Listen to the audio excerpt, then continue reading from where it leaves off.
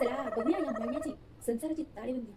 महिन्याचा पगार 30,000 रुपये, त्यातलं घर भाडं 10,000 रुपये, वीज बिल पाणी बिल 3,000 रुपये, किराणा 5,000 रुपये, मुलांचं शाळेचं फी 4,000 रुपये. हे काय 22,000 गेले. आता तर महिना सुरू झालाय.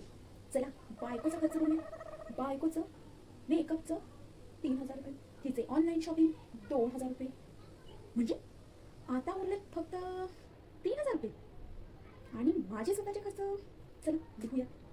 माझा चहा 500 रुपये, वडापाव 300 रुपये, मित्रांसोबत कटिंग चहा 200 रुपये आणि बस. म्हणजे माझ्यासाठी फक्त उरले 1,000 रुपये. आणि बायकोच्या साड्या, घरचे पाहुणे, वाढदिवसाची गिफ्ट, औषधे. अरे देवा.